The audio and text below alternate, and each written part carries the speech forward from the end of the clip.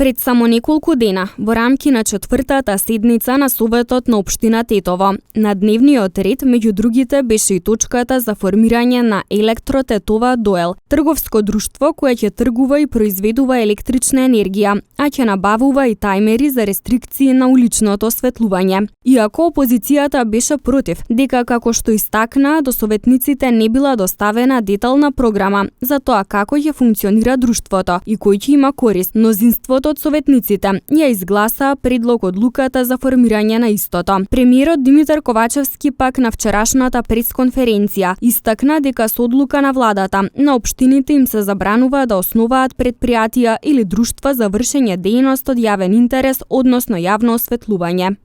Со цел да се сплечат злоупотреба и манипулации при обезбедување на универзална услуга на пазарот на електрична енергија, владата донесе одлука со која на општините и на градот Скопје им се забранува да основаат јавно предпријатие, друштво со ограничена одговорност или акционерско друштво за вршење дејност од јавен интерес, јавно осветлување. Оваа одлука е донесена поради тоа што сознанијата велат дека општините основале јавни предпријатија или дејности, јавно осветлување и ја доделиле на постоечки јавни предпријатија. Со свој став во врска со одлуката за забрана за формирање на ваквите предпријатија излезе и општина Тетово, чија што констатација ви ја пренесуваме во целост.